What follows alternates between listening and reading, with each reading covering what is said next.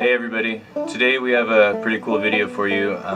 Scott at DIYgearsupply.com sent us his one of his hammock kits, so I'm going to show you how to put that together, how I do it. We're going to make it as professional and as clean as possible, but at the same time as easy as possible. So this is something that anybody can do with any basic sewing machine. Mine is the cheapest one you can buy at Walmart. It's a Brother. I think it was $70, and you'll need a few basic tools. I'm going to show you what I use, what makes my life easier since I'm new to this as well. There's definitely some tools that make it a lot easier. So I'm going to show you those real quick, and then we'll go through the package, do an inventory, and get started.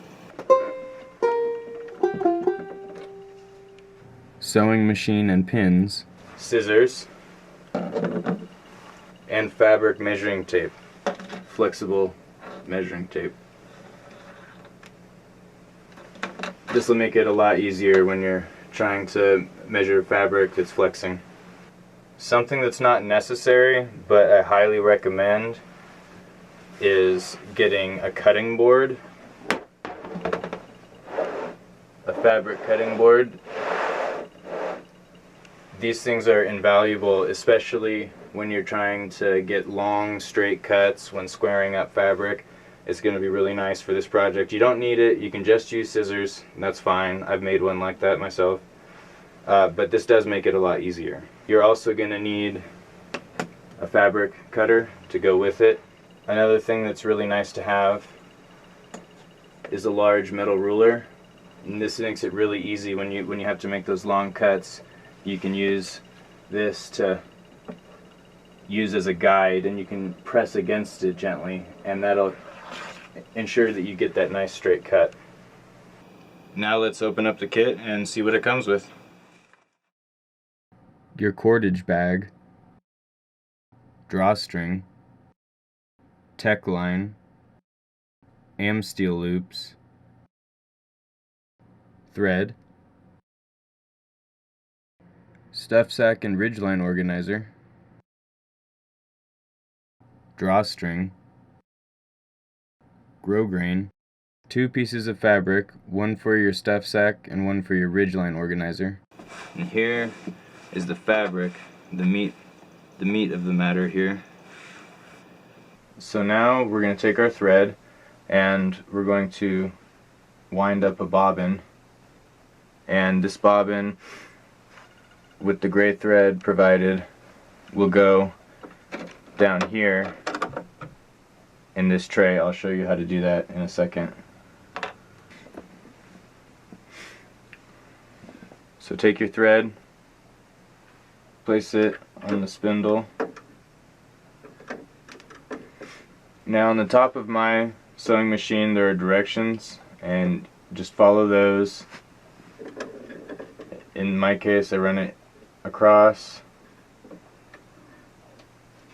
I go over this horseshoe looking thing. I come back around and over.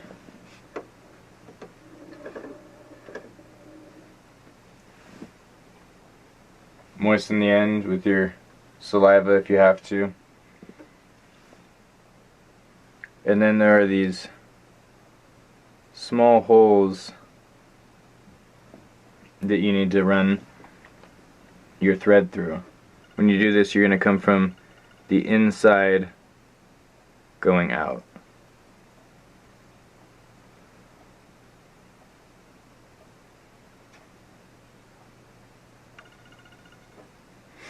Now place your bobbin on the bobbin winder, and this one shifts over, and that switches it to this mode. So now what we're going to do is we're going to hold this end. We're going to hold it while we step on the pedal slowly.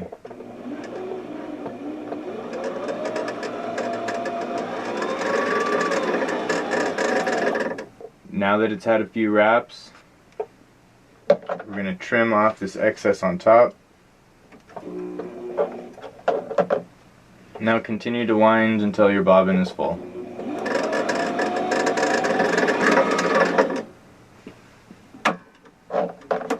take it off, snip. We're going to go ahead and install this bobbin. So what I have on mine here is a small diagram that tells me how to insert the bobbin.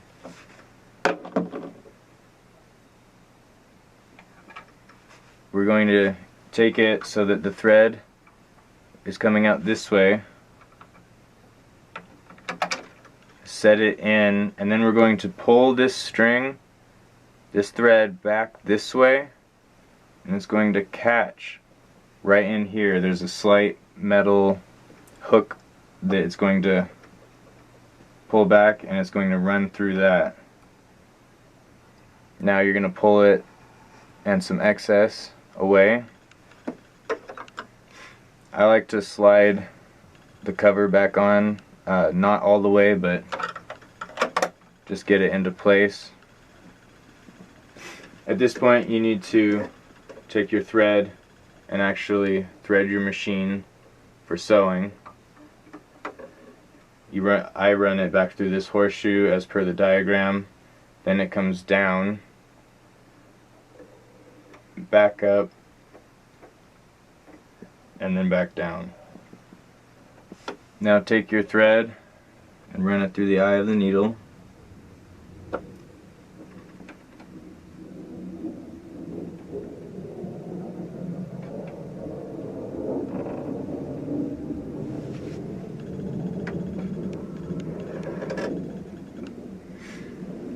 Now take it, run it down through the slot in the foot and pull it back. Now take your finger on the back side and pinch those strings. And on the right side you're going to take your hand and you're going to turn towards you. The needle will start to go down and then it will come back up. Now that it's back up, it's actually looped and caught the thread from our bobbin, and now you can pull on the thread coming from the foot and take some scissors, closed, run it under, and now we're pulling the thread from the bobbin through the top. Now that we have thread coming from our spindle and our bobbin, we're ready to begin. Close your tray, and now let's go get the fabric. I found the crease, so now I'm going to make sure that it's halved.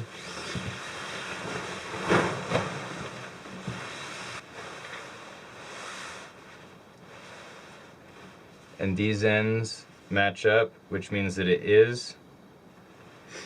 So now we found about what half is, and we're going to cut it into 2 sections. After that we'll be able to fine tune it and make sure they're exactly the same size for later.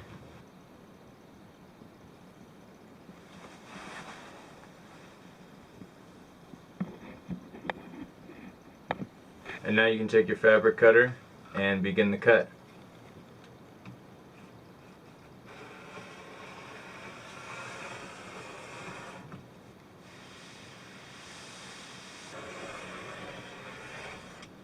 To square up the other side, I'm going to show you another technique where you can take your fabric. We're going to do the same, lining up the corners.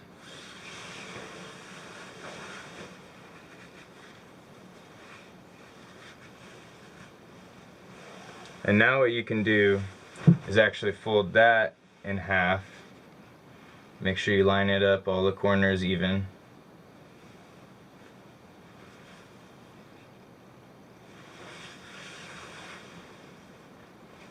Make sure you line the inside layers, make sure you line them up. But now when you go to cut, you won't have to move again.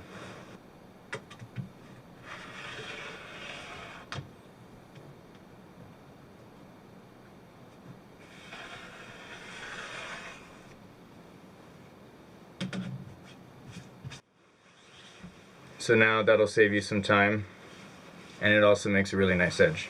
We're going to put both layers together, we're going to match the corners, and then we're going to measure 48 inches for our opening where our sleeping pad is going to go in, and we're going to pin it there.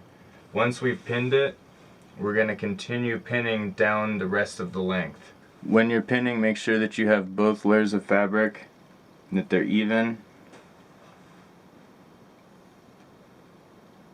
And then tilt it back and come back through both layers, and that'll keep it held in place.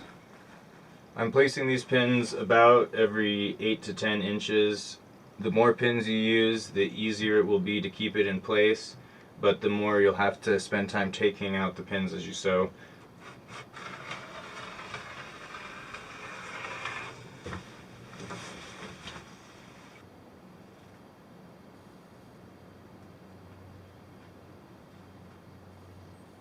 So now we're going to hem the green sides together as indicated on the diagram, and when we do that, we're gonna leave some space. So we don't want to sew directly on this edge.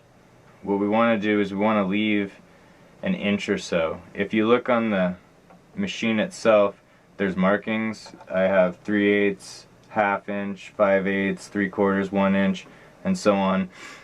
So I'm gonna go ahead and keep my fabric aligned with the 1 inch mark on both sides, and we're only doing the sides highlighted in green, which are the sides that we pinned. We're leaving the 48-inch openings open. We're not sewing those together. Once you have it lined up to the inch, you can gently drop your foot with this lever back here. You drop it down and the foot will drop down. At this point you can take out your pin, put it in your pin cushion. Now with your right hand, you're going to hold onto the fabric just to keep the two pieces aligned so that they're not shifting as you sew. You only have pins every 8 to 10 inches, and a lot can happen in that 8 to 10 inches if you're not diligent.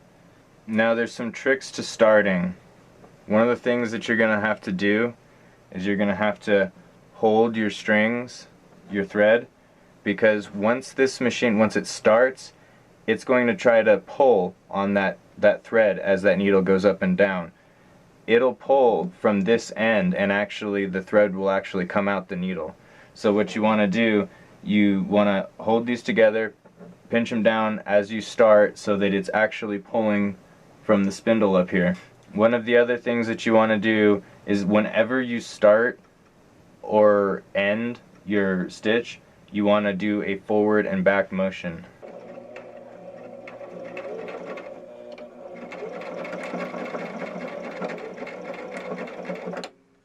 Right here, there's a lever on my sewing machine which will reverse the direction that the fabric is feeding. So standard, it's going to pull it forward and I'm going to sew. If I want to go backwards, I hold this lever down, press the foot just like normal, except it will pull the fabric in the opposite direction. Keep a nice, smooth, steady, not too fast, don't get too excited, a nice smooth motion when you sew. Now for this, you're going to want to use a straight stitch at a medium interval. So you don't want it too tight, you don't want it too long. On this Brother machine, it's the number 5, and I'll display a picture for you here. On the top of your sewing machine, there's this dial that controls the thread tension. 90% of sewing happens between 3 to 5. For this project, I found that placing it between the 3 and the 4, favoring the 3, gave the best results.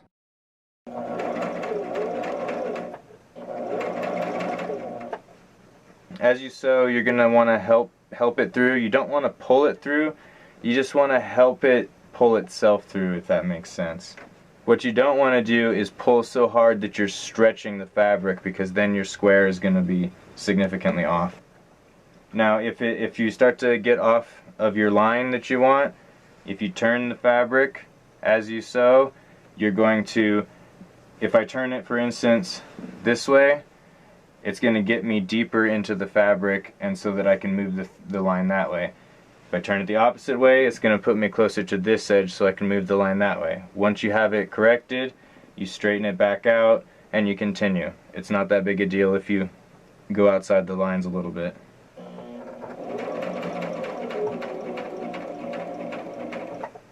Once you come up to a pin, it's important that you hold its place in the fabric so the fabric doesn't move, and you remove it before you get to the needle. It can actually interfere with the needle, and you can break it, and it's essentially just not something you want to risk.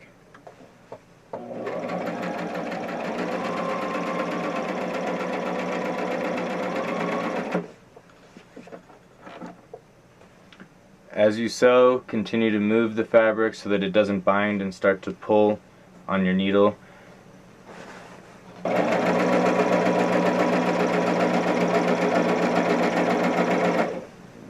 Okay, so now we're approaching our last pin, which means that this is going to be the start of the 48-inch opening.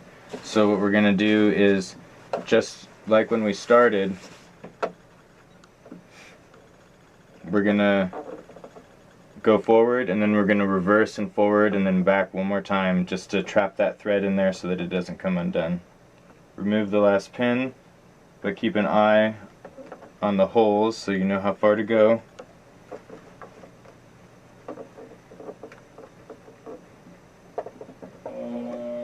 And go nice and slow.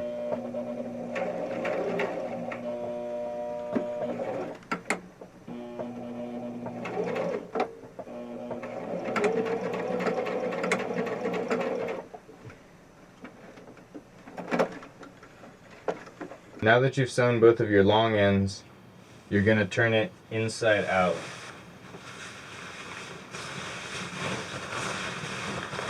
And pull it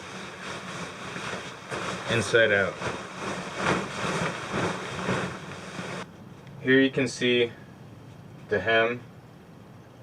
I put it just off center so that you could see it. These two layers here are what are going to make up the opening so that you can put your sleeping pad and whatnot in there. There's two different ways you can go about doing this.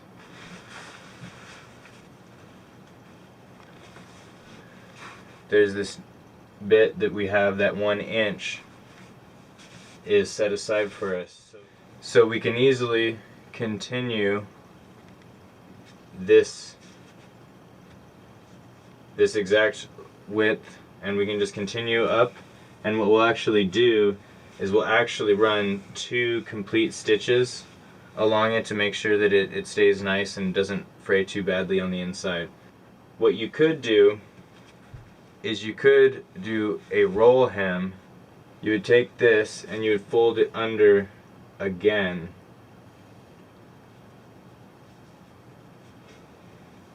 Now by doing that, you have essentially trapped the fraying end inside of this roll. That's what the roll hem is. Now if you do the roll hem, you might be able to get away with just 1 stitch. In the interest of simplicity, I'm just going to show you the single hem method. It'll work fine. That's how the other one that I built, that I sewed, I used this method, and it's held up fine. This particular color and fabric is translucent enough that I can actually see the grids below, so I can make this exactly 1 inch across. Otherwise I would just be eyeballing it. As you can see, we have the top and bottom side of one of the 48-inch openings pinned. So for manageability, we're going to do this one opening at a time on the sewing machine. We're going to take our seam and we're going to line it up as best we can. Put it under the foot. Try to make sure all the fabric's even. Pull back the top layer.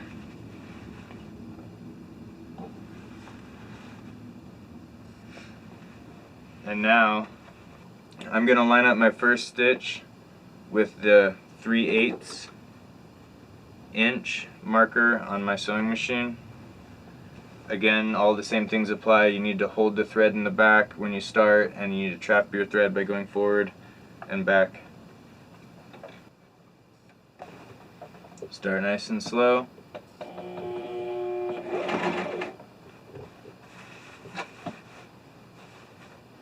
Now we're going to go back, forward, backward. Okay, and so we have that trapped. It's not right up against the join here, but it doesn't have to be, and you'll see why later.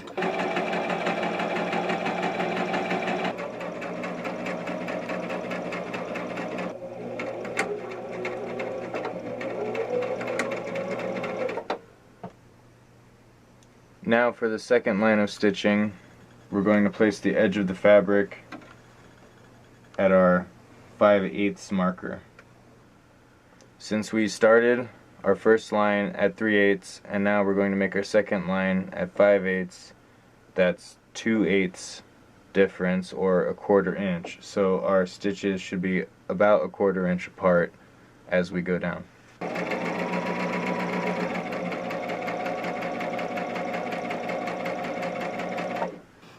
Now on this side, we're going to have to go from the top to the join. As you can see, you have your two stitches about 1/4 inch apart. Now that we have both sides done, what we're going to do is we're going to put it in the machine, matching at the edges. We can line this back up on our 3/8 inch marker. Drop the foot. On your seam, you're going to want to try to make sure that that stays as centered as possible.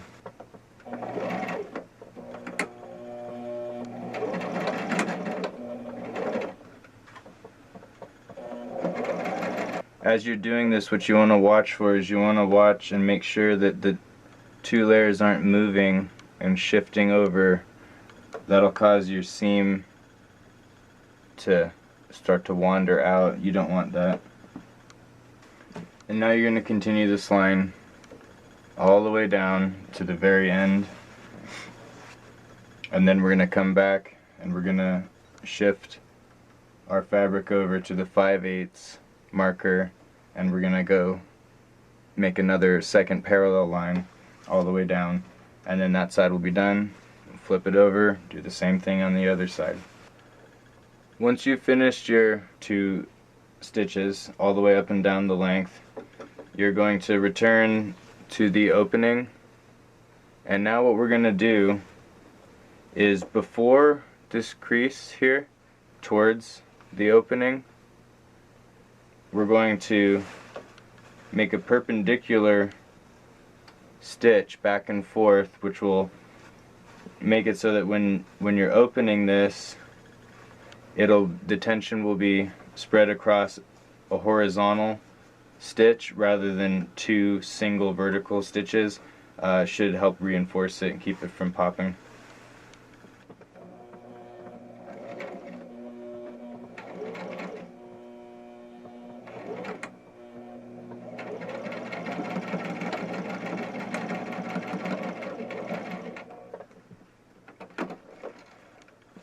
And there's that stitch right there, which, as you can see on this side, makes a nice clean area so that tension shouldn't pop the stitches. Now there's a method that I like to use for getting an accurate roll hem, ensuring that both sides of the fabric stay together during both folds. It's a two-step process. It takes a little bit of time, but it will ensure good results. You're going to roll this one side over 1 inch.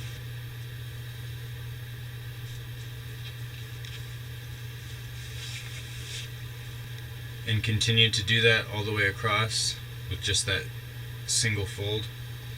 Make sure you have both layers of fabric and that they're kept even and flush.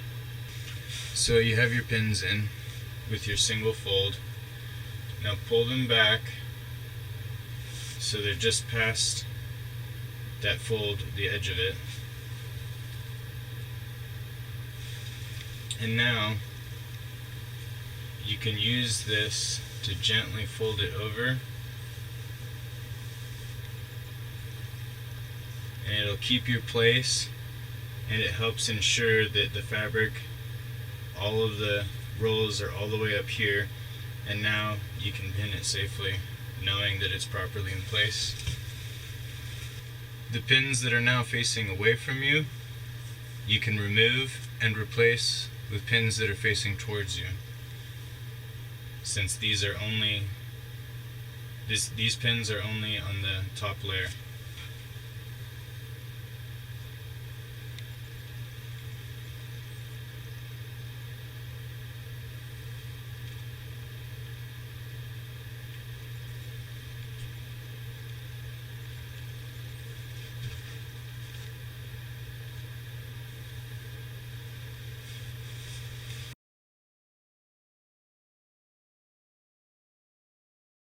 And now you have one roll hem pinned. It's time to move on to the other side. And now we're going to finish our roll hem. We're going to try to sew about 1/8 to 1/4 inch along all the way along the length, and that should trap everything in nicely and give us a good drawstring channel.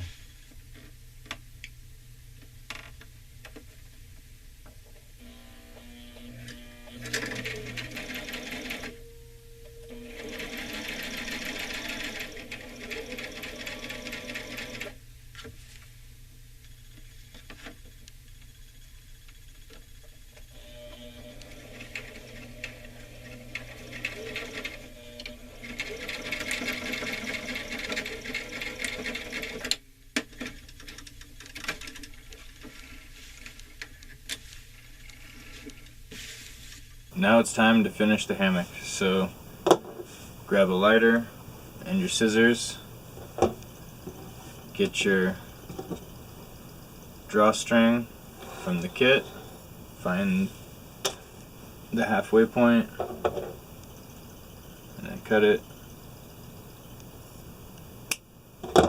melt the ends. Now take your drawstring and you're going to feed it through your channel.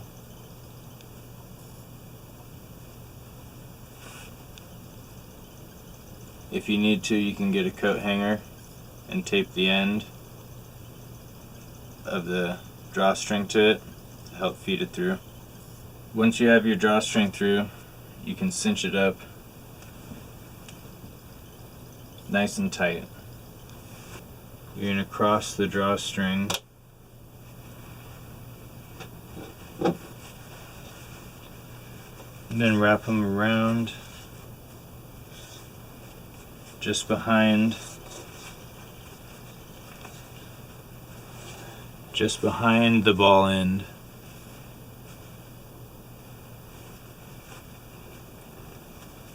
Cinch it down nice and tight,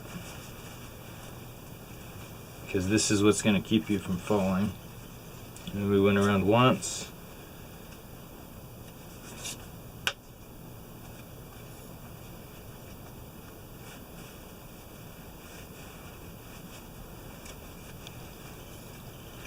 And twice. And now we're just going to tie this off here with a square knot. keeping everything very tight.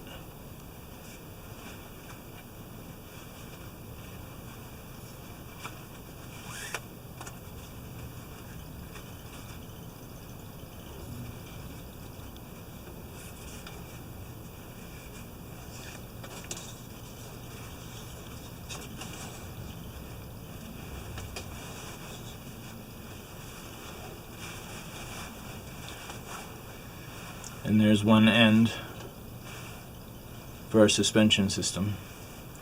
And just repeat the same thing on the other side.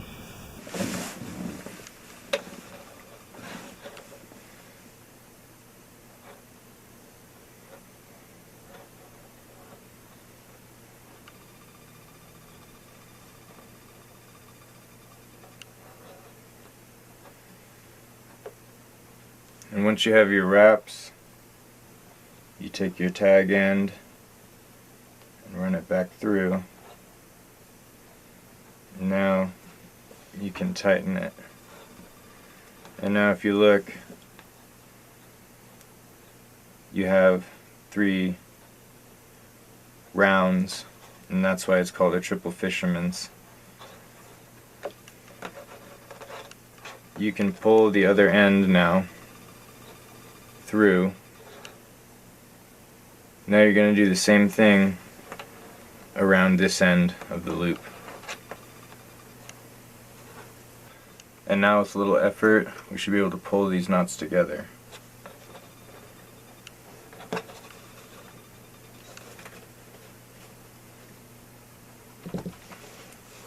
And so now they butt up on each other, and that knot will not come loose.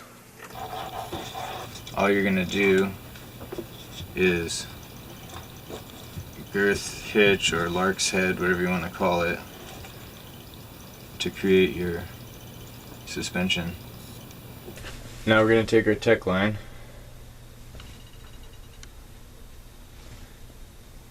just make a loop with an overhand knot on one end. It's got to be big enough to slide over your triple fisherman's knot.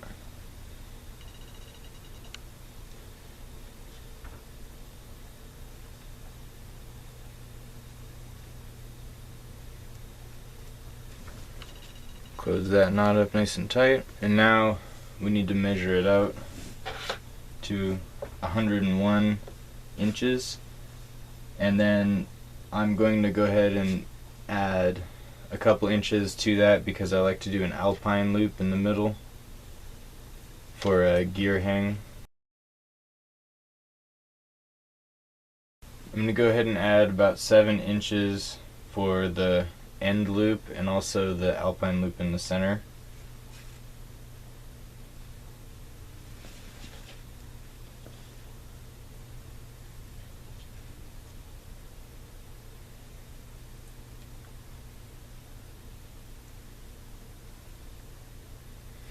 Now before you close this one down too tight, make sure you measure one more time. Now trim off your excess. And the correct way to attach your ridgeline is to take your loops that you girth hitched around your hammock, take your ridgeline loop, put the ridgeline loop over the loop, the Amsteel loop, and you'll do the same thing on the opposite side. That way when it hangs, the loop will hold on the Amsteel. And now you have a completed double layer hammock. There are many different types of hammock suspension, and I'm not going to get into all of those different types, but regardless of which you use, you will need tree savers. You never want to hang your hammock with just rope. The trees, the only living parts of them are the outer few rings, and if you use rope, it's too thin and it actually constricts the tree and it doesn't allow any of the nutrients in the water to flow. It'll actually strangle and kill the tree. Maybe not one time, but repeated uses or long-term exposure to that kind of constriction will negatively impact that tree's life. So in order to keep us able to hang with hammocks in the forest, we need to make sure that we use at least 1-inch webbing. And like I said, you don't have to use the Atlas straps. You can just use tree savers, which is just enough webbing to actually go around the tree, and then you can use a lighter weight suspension system like whoopee slings or whatever your preference is. I'm using the Eno Atlas straps. It's 1-inch webbing, goes down to a bunch of different loops, so it's easy to adjust. They would also be really easy to make, so at some point we'll do a video on how to make your own Atlas straps. Here's the double layer hammock that we just finished. I added climbing carabiners to it. Whatever carabiners you use or whatever system you use, make sure it's rated for a high working load. I just use climbing carabiners because you know that they're going to be good. With the carabiners, this thing came in at 22 ounces, which is a pretty sweet deal for a double layer hammock. It compresses a lot more than the one that I made from the ripstop nylon at my local fabric store. I'm really happy with it, so let's see how it hangs.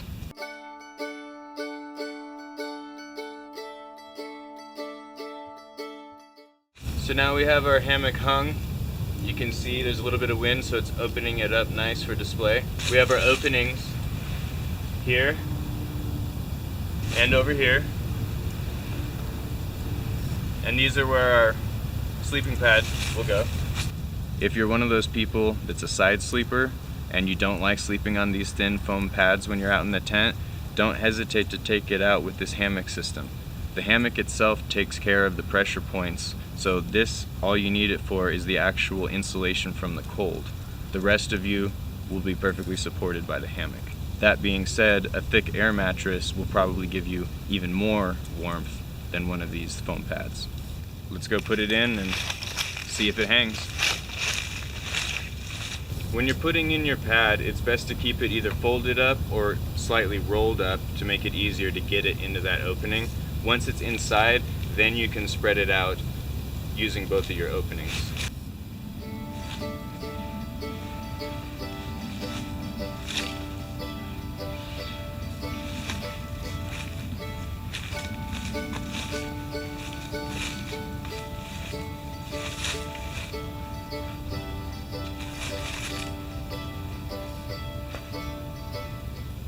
Now you can see that the pad has been inserted, and one of the cool things about the caddy-cornered openings is you can actually reach across, grab your pad, and you can actually cant it since you're supposed to sleep diagonally on these types of hammocks. So now I'm gonna go ahead and get in and show you how it hangs.